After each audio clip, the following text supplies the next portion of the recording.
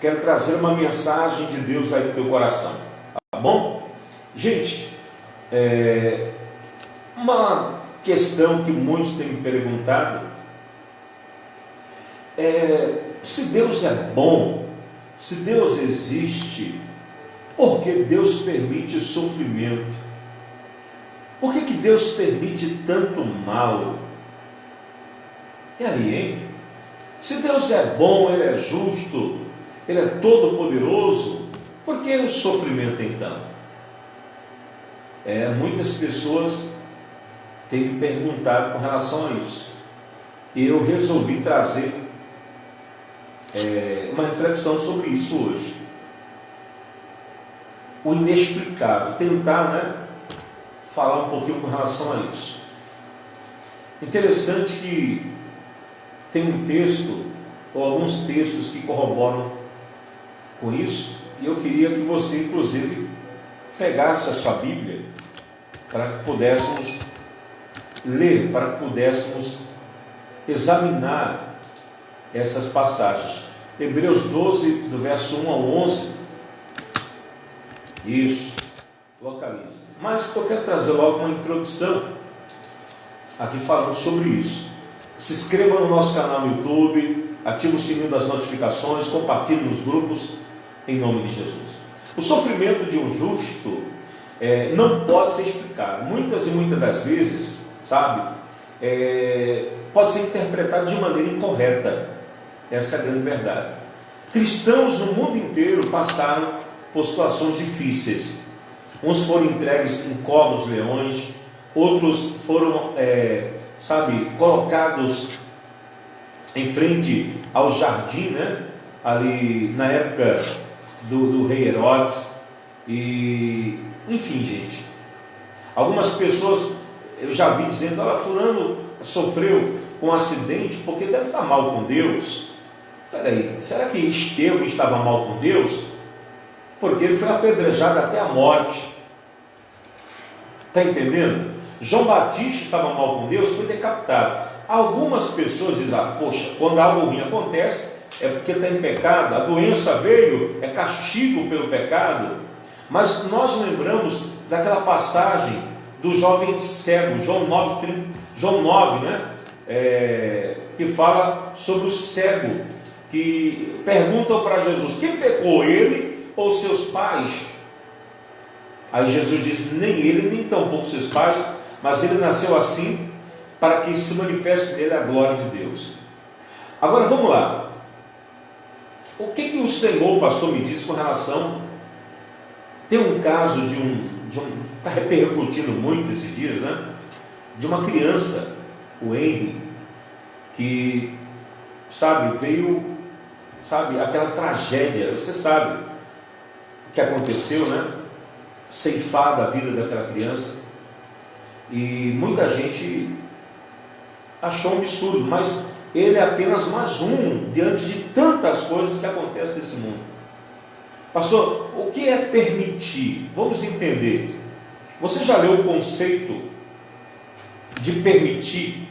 Porque tem gente, que ficam perguntando, exatamente dessa forma. Porque Deus permitiu. Mas você conhece a definição de permitir? Eu peguei um dicionário aqui, já sei o significado, mas para você entender, permitir é dar liberdade, poder ou licença para consentir, para conceder, dar lugar, ocasião, possibilitar. Então, por que Deus dá liberdade para o homem? Por que Deus dá licença para o homem? Porque Deus consente, concede, porque Deus dá lugar para o homem. Ele possibilita o homem fazer tanto mal e tanta tragédia na terra. Você lembra que desde o princípio não foi assim? Deus, ele disse: olha, Adão, está aqui o jardim, todas as árvores frutíferas eu permito você tocar e comer. sabe? Gênesis, o Senhor diz exatamente isso para Adão: você pode comer de tudo, coma de tudo, Adão, só não toque na árvore da vida, na árvore de conhecimento, né? Coma de tudo. Mas Adão, né, junto com Eva, eles foram tentados. Gênesis capítulo 2, versículo 17. Dá uma olhadinha lá. Vamos lá.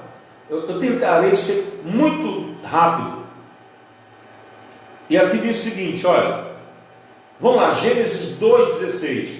E o Senhor deu a seguinte ordem ao homem: comerás livremente o fruto de qualquer espécie de árvore que está no jardim, contudo, não comerás. Deus não permitiu, não.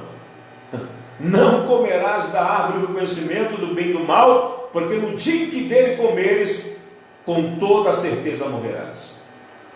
Consegue entender? Então, acontece que o homem quebra, sai da permissão de Deus e come daquele fruto. Vem a queda. Aí a pessoa talvez diz ela: mas pastor, ela foi lá atrás, há milhares de anos atrás. Quer dizer que tem que pagar o preço por conta de um homem lá atrás, no passado, que falhou, que cometeu desvio? Eu não tenho nada a ver com Adão, pastor. Eu estou vivendo agora. Aí que está o detalhe. Aí que está o detalhe. Hoje os homens também, eles são como Adão. Você sabe que esses que cometem violência contra crianças, contra mulheres, feminicídio, assassinato, mortes, tragédias, tu acha que Deus quer que eles façam esses infortúnios, essas, atrocidades? Não, Deus não permite. Deus não quer isso. Mas a malignidade, o pecado deles os leva a fazer essas coisas. Só que tem um detalhe: tudo que o homem semear, ele vai ceifar. Ah, pastor, mas fulano inocente, que não teve o direito da defesa, por que Deus não protegeu ela? Interessante é o seguinte: no mundo tereis aflições, mas tem de bom ânimo. Jesus disse: eu venci o mundo. Queridos, interessante que o ser humano, ele vive numa ideia física e materialista, e eles acham que o mundo se resume aqui. E as pessoas não entendem que com Deus, ele vai além do tempo, ele vai além do tempo e espaço. Lembra que quando Caim matou Abel, Abel era justo, agradava a Deus, e ele foi morto. Ele morreu pelas mãos de Caim. Por que Deus não protegeu o Abel? Porque, meu irmão, a nossa vida com Deus não se resume a esse mundo. O apóstolo Paulo, ele disse, olha o que o apóstolo Paulo disse: para mim, preste bem atenção, o morrer é lucro. Que benção, hein? O morrer é lucro, é ganho. Filipenses capítulo 1, o versículo 21. Preste atenção: porque para mim o viver é lucro. Paulo acreditava, o morrer é lucro.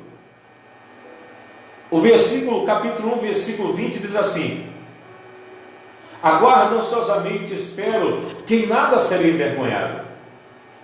Pelo contrário, com toda a determinação de sempre, também agora Cristo será engrandecido em meu corpo, quer pela vida, quer pela morte.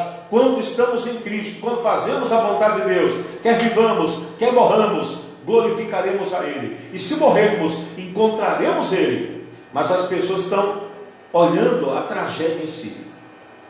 Errado? Sem sombra de dúvidas. Paulo diz no 22, caso continue vivendo no corpo, terei fruto do meu trabalho, e já não sei o que escolher. Estou pressionado dos dois lados. Desejo partir e estar com Cristo, o que é muito melhor. Contudo, é mais necessário, por causa de vocês, que eu permaneça no corpo. Que maravilha! Paulo estava preparado. Muitas pessoas não estão preparadas. Pastor, eu perdi fulano por conta do vírus, eu perdi fulano por conta de uma tragédia. Prepare o seu coração. No mundo, querido,